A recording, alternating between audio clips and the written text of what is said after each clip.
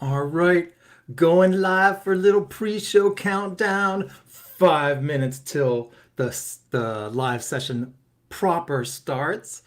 It's gonna give you guys a little time to get on, a little time for me to play. Here we go. All right, now I'm rocking Ecamm, a little StreamYard.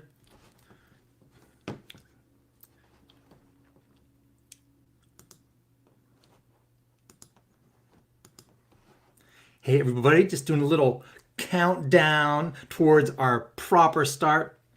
Those of you know I've been doing a lot of live streaming over the past year and beyond, but recently I learned from a colleague that YouTube and Facebook can take up to 10 to 15 or 18 minutes to send out live notifications. So the advice was do a pre-show countdown and make sure that you're kind of engaging with your audience and just kind of give time for people to connect. So if you're watching live right now, say hi in the comments so I know where you're tuning in from. Who are you? This is going out to YouTube, Facebook pages, one of my groups. So I'm glad you're here. I'm going to talk about some hot topics in ministry today, congregational life, hybrid church, various things, but also your questions. So if you have questions for today's session, feel free to drop it in a comment. I'm getting ready to start up the next class of Video Ministry Academy, my training. And so I love taking the week leading up to that to just engage with everyone and help people really kind of grapple with some strategy issues, connect with new people. So while we're getting ready to start in these last few minutes, first, tell me, where are you tuning in from? Share in a comment. So I can pull in comments here from across all the different streams. So as a little icebreaker, here's a challenge for you. I was at a conference last year of climate activists, and they shared my favorite icebreaker question ever, which was, what's your favorite way to eat potatoes? What's your favorite way to eat potatoes? Tell me in a comment. Check this out. So I was at this conference and I was blown away that these like really amazing climate activists are all gathered around, shared this question, and a bunch of them shared that their favorite way was tachos. Have you ever heard tachos? Tachos is when you take the little tater tots and turn it into like nachos, putting things on top. Anyhow, so if you have questions for today's sessions, drop them in a comment. Some of the things that have come in are via questions leading up to today, have to do with hybrid church models, issues around church engagement, attendance trends. Some people's attendance starting to go down a little bit. People aren't engaging with the online stuff as much. What does the future look like? Here's one that always kind of makes me pause when I get a question like this. A colleague asking, based on the digital trends, Peter, is it time for me to retire? Lots of things around returning to normal and going back to normal. So there's just so much that we're dealing with right now. I'm excited to dive into some of these questions with you. How are you doing today? Let me know. You could just share a word or an emoji in a comment. We'll get going in just a second. For those of you who are joining, now you're seeing the pre-show countdown. I've learned from some colleagues that it can take a while for live notifications to go out via YouTube, Facebook, etc. And so if you do an engaging countdown and actually interact with people, you can get more live notifications to go out. So I'm experimenting with that. And then of course, I'm going to, I'll take the recording of this because I'm recording this on my system as well. I'll upload that as a standalone session. And just so you know, pretty much everything I'm doing online with video, live streaming, etc., is available as audio through my podcast. So just search for Peter Bowden on your favorite podcast app, and there you get it. All right. So you can tune in, watch live here, or listen while you do dishes, fold laundry, etc. All right, here we go, friends. Let me get rid of the bright blue background, the bright colored background. Hi, everybody. All right, here we go, talking hot topics in ministry today.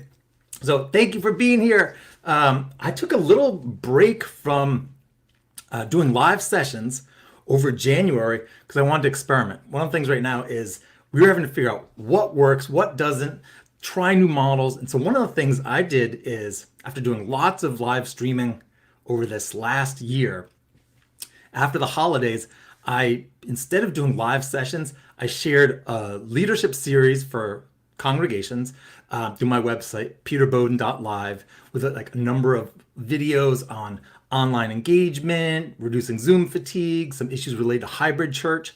So you can check out that there. So it's kind of playing around with what happens when you have content that's available on demand and you promote that not live versus sessions like this where we are live. So I'm excited to kind of get back to live streaming. So check this out. First, glad you're all here. There's so much going on with our congregations right now. How do we deal with longer term pandemic issues, not being able to gather? When do we gather? When's it safe to gather? But especially as we start going into attempts to reorganize the way we do congregational life to adjust to long-term digital trends, pandemic issues related to public health, people not wanting to gather together, different access to vaccines. It's really complicated. So one of the things I want to do is just have more frequent strategy sessions like this to talk with all of you. So welcome, John, welcome others. And if you're joining on the replay, don't forget to say hi. So a few things I want to get into first, and that has to do with the whole notion of going back or returning to normal. And I know that I gotta tell you, I am so excited for the opportunity of this time for our congregations to be of service, to reach new people who maybe never would have come in our doors, and to be of service. But like empathy wise, this is hard. Last week I was just like feeling like the pandemic burn. Like it's hard. I miss hugs. I miss gathering with everyone. I'll tell you, my routine, I'm married to a Unitarian Universalist minister. My routine on Sundays, when I'm not guest preaching, was to host this table in our fellowship space for families to connect, children to draw.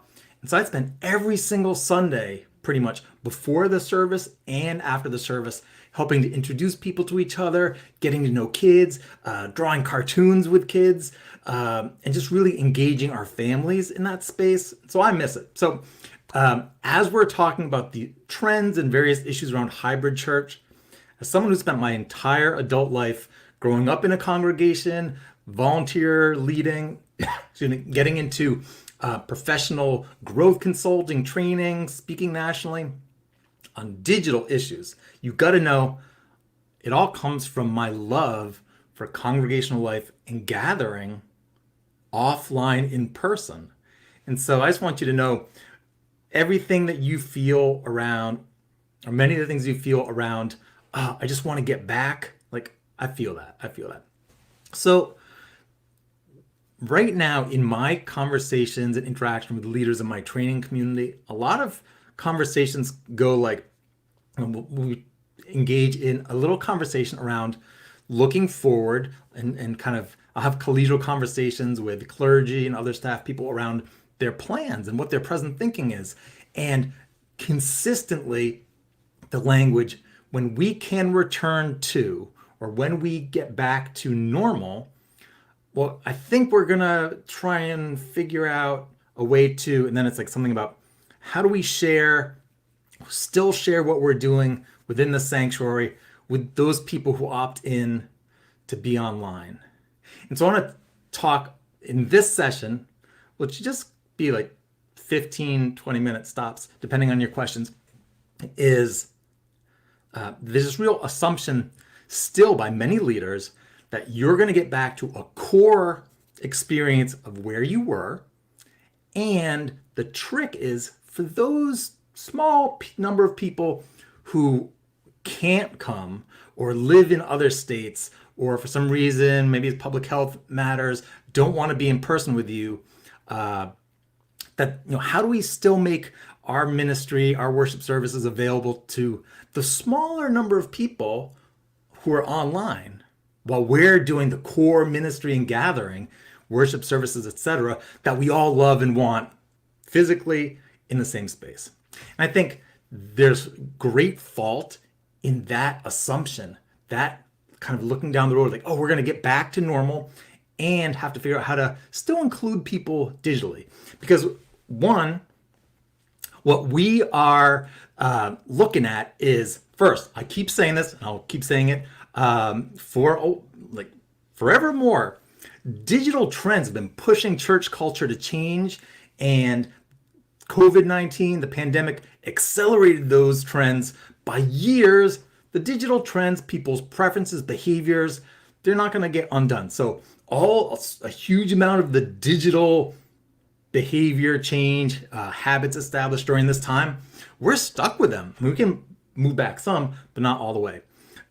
Longer term, I think it's important to note that we are dealing with people who are carrying around digital devices plugged into the internet, and their attention is constantly, being drawn to and engaged with all this content online. It's where they're connecting with friends, learning, making decisions, maintaining relationships, enrolling in courses, doing YouTube classes, doing all these amazing things. And if we aren't there in a primary, this is one of the first priorities we have, being online, engaging online, what's going to happen is your share of people's attention and the people who are interested in what you're doing is just going to until you're gone. Right? So just know that you're making your digital ministry, your online presence, your online identity, and the relationships you form there and doing ministry through those channels, that is essential to your health as a congregation and mission as a congregation, long term, just period. Always going to be some exceptions, but just know that how you do digital, online experiences, online learning, online relationships, that's going to determine, are there people who want to gather with you offline, physically, in the same space? And then I know many of you are and we have great comment, Deborah. We aren't going back pre-COVID. We aren't going back to pre-COVID if we're smart. Huge potential moving forward. But I think I'm able to, as part of my ongoing research and just the time I have as a trainer and coach, to be studying things. Maybe I have a little more time than some of you. Are you guys constantly reading COVID-19 and related news? I'm trying not to do it daily. I'm trying to do it once a week. My family will be like, you're not doing this. All right, I'm trying to just look at that stuff once a week, but go deep for an hour. And there are some issues we could be facing. I'm not a doctor. Listen to your public health experts, follow their guidance. But I will say there are some very reputable leaders saying, all right, people are doing big health data analysis and projections out of California. I forget the name of the organization. But we could be looking at COVID-19 becoming more of a long-term endemic super flu. Well, what would that mean? And I can't tell you if that's going to happen. They have to tell us. But if that happens, that means, wow, we could have some kind of flus around that are COVID-19 based flus that people are terrified of because it's horrible and 10 times as deadly as the existing flu. What would that mean for congregations long term? I love congregational life. I want to be in our congregation on Sundays. I want to be doing things with all of you. I'm married to a minister, and I tell you, I don't want to be near people singing, probably, I feel like, for a very long time. When I was doing this stuff with kids on the stage, like as COVID started to come out, and I was looking at trends, and I was paying attention to how children and adults were wiping their nose and doing stuff, I started to get terrified. And so I am worried, oh, what's happening with my stream here? There's something up, a little glitch there. Give me a thumbs up if you can see me. Still, there's a little glitch in the stream, a glitch in the matrix. Anyhow, so I have real concern that depending on what happens with COVID, even if we're able to gather in more and more regular ways, that a lot of people are just not going to feel comfortable no matter what for a very long time. Which brings us to the challenge that I think our congregations need to really prepare ourselves for the not, like I was saying early on, some people are telling me like, all right, we want to, thanks, John. We want to get back, we're going to get back to the point at some point where we're pretty much the way we were with some people online. Well, trends with church attendance that are coming out of the Barna Research Group, I'm listening to Church Pulse Weekly and other podcasts.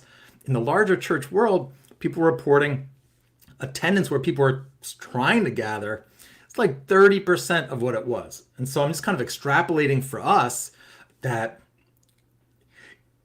we need to start thinking about like, all right, what if, like, what are these there are different scenarios we can play out. How are we, or plan for, and we need to be innovative, creative, and really try some new things, I think. What if only 30% of the people who are engaged in our congregation as members want to be worshiping on site and would really prefer to do a large percentage of participation, small group ministry, adult programs, and worship? What if 2/3 of your congregation would prefer to do that online, except for periodic physical gathering? That's, I think, kind of a trend direction that we really have to be planning for. Now, some of you I think, are going to be able to say, all right, we really want to just double down on being the best offline, physically gathered together only congregation that we can be. Like that's, we just want to do that. Maybe you can do that. Maybe there's a way for you to do that if you have the right kind of support, you don't have much overhead. There's always exceptions. But I think for many of our congregations, just taking your existing members, which isn't talking about your larger mission, that there's going to be much more of a split with people wanting to be online, people not wanting to have to drive to church, people not feeling safe. And so what's the split? Is it going to be 50% of your members want to be engaging through online channels and 50% want to gather? Or is it some other?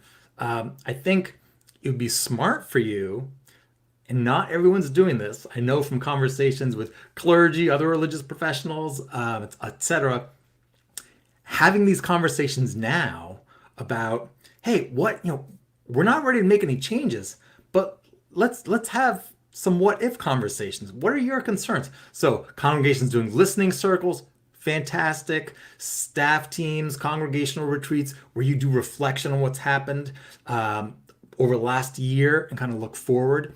In my Leader Recharge 2021 series, which is on my website, peterbowden.live, I share my whole blueprint for how to do that, because I did some retreats in the late fall, and so I just shared the blueprint for how I did that. I think those kind of sessions where you actually ask the question, hey, if we start having the ability to gather, still with precautions, following all public health measures, safety measures, if we start doing some gatherings, whether it's programming, like adult programs, fellowship, worship, what are your concerns? Would you be interested? Start having those conversations to see where your people are.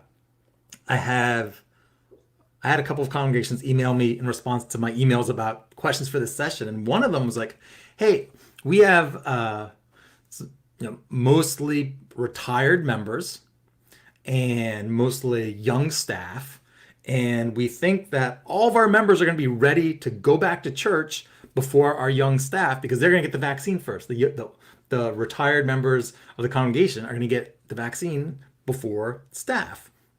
Any thoughts on that? And my response, can you guess what my response is? I don't think all of your retired members are going to be that eager to go back. You got to ask them. We need to have you having these conversations.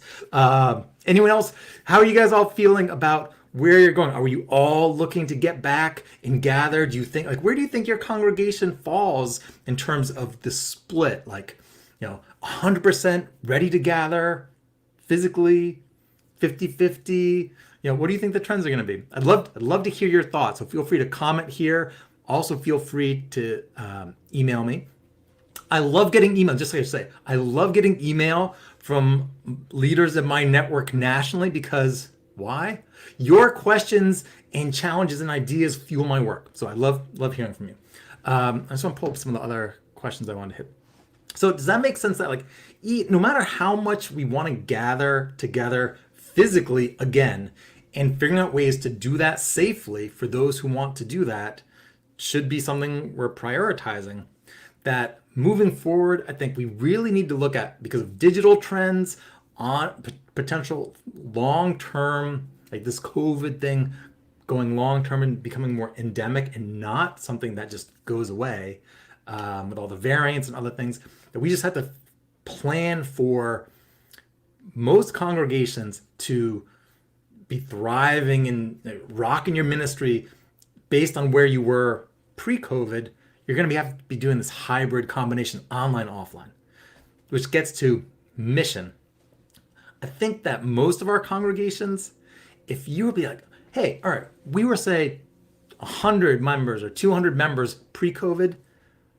What if you knew that there were like 10 times or 100 times as many people in your immediate community or region who would love to participate in your congregation if you communicate who you are, what you're doing, what you're about, really shared your voice publicly, and made your programs available online? Like, what if, I just could tell you, hey, absolutely, you could have 100 times as many people participating in your congregation if you wanted to. Only want twice as many? That's fine. But you have to use the digital tools of our time. All right? If you just say within our area, and now local's kind of like, what's local? Right? But if you just think about your local area and how many people are really are you called to support, to bring together into community, to help explore issues of spirituality, religion, purpose, meaning, all these things, and act on the justice issues of our time? How many are there? Pretty much every congregation I know, that number is way, way more than what they're presently doing in terms of their membership. So if you can lead with your mission and really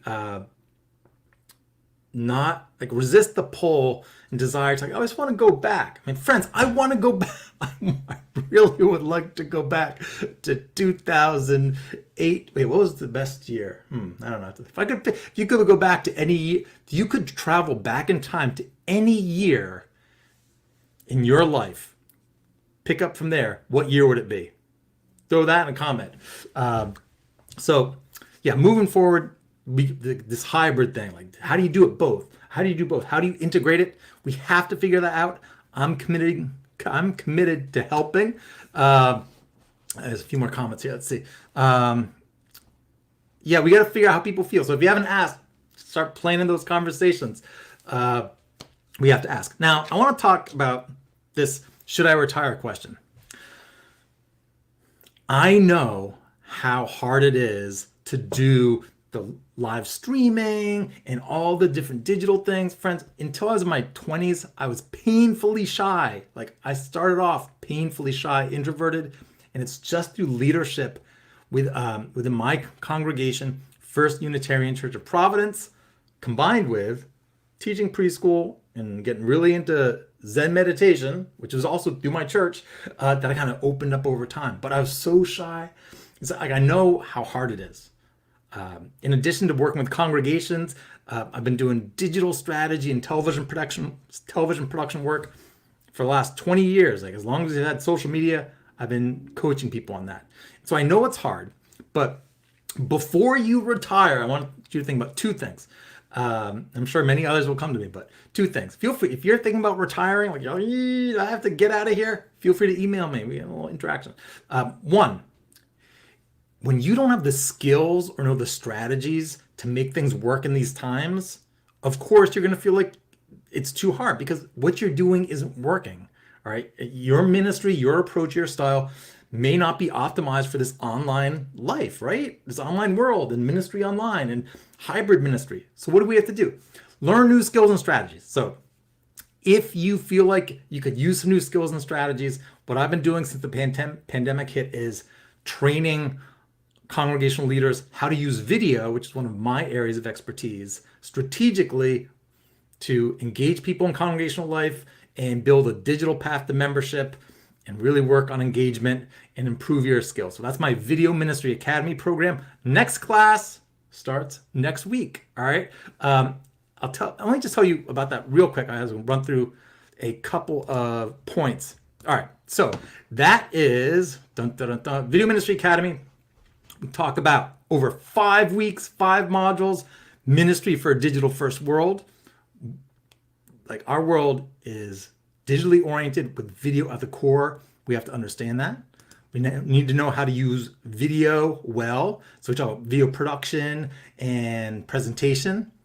We need to know how to use video to drive engagement in congregational life, how to use video to support and build a digital path to membership. And then there's other tips and strategy. But the beautiful thing about the program, which is on demand, so you enroll, you get immediate access to this on-demand 5-module training. They're video exercises so that you can do video exercises, post them to our Facebook group, and I give you hands-on coaching. So through this program, like, once you enroll, you get great support and feedback from me. So ask any questions anytime on the video posts in the training. I do weekly live Q&A sessions during each class cycle. So over the next month, I'll be doing that. Anytime in our Facebook book group, you can ask questions and really just together build your skills and strategies for this digital and video first world. So if you're interested in that, just check out videoministryacademy.com. That's it. All right. Now, what I would love to know from all of you is, what are the questions, challenges, things that you're wrestling with that you would love to address over this week, maybe into the future, but I'm focused on this week right now. I'm just looking at some comments about people coming back in, the balance. So I think a lot of people don't know where their members and friends are. So we have to ask. I think I will end with the point that right now, I think one of the most important things you can do is have a collaborative approach with your congregation. I have some colleagues, clergy colleagues, who've kind of fallen into we're producing this weekly content, maybe pre-recorded or edited, or maybe a combination, broadcasting it. And there's like, the worship service is kind of collapsing into being more of a show. And we want it to be a worshipful experience with an emphasis on experience. We want your ministry to be interactive, people gathering like together via small groups on Zoom and other ways, making sure that as long as we're online, we are still prioritizing relationship, advancing all of the goals of your congregation through strong relationships, and using the tools of our time to engage with people. So we don't want it to fall into like a show and be like working hard in a show, but not having people engage. And I have people just exasperated saying, Peter, I don't know what's working. I don't know what my people want. So what do you do that? You need to talk to your members, friends. You need to have a collaborative spirit. I think we need to do more things like say, hey, we have to have a retreat as a congregation where we explore these questions and work on figuring it out together. And the more you can really prioritize a real shared exploration of where are we, what's working, what are the needs, how do we work together to make our congregation healthy, dynamic, thriving, realizing our mission and vision, etc., and not be like a staff person trying to do that alone, but your congregation together, the better off you're going to be. So I'm going to wrap it up there. I'm going live every day this week, same time, same places. If you go to, some of you are on YouTube, some of you are on Facebook. If you're on YouTube, you can hit the subscribe button, and if you click the bell, you'll get notified when I go live. This week it's 12:30 Eastern every single day. Feel free to comment and also email me your questions and ideas for future topics. I mean, like for the rest of the week, and we'll pick it up tomorrow. Oh, somebody emailed me, said, oh, Peter, I have this question, but I want to join live. Can you answer this question, but just on this day? So feel free to say, Peter, can you talk about this, or like share your thoughts on such and such on Thursday? I take requests. I can schedule your questions like a reservation.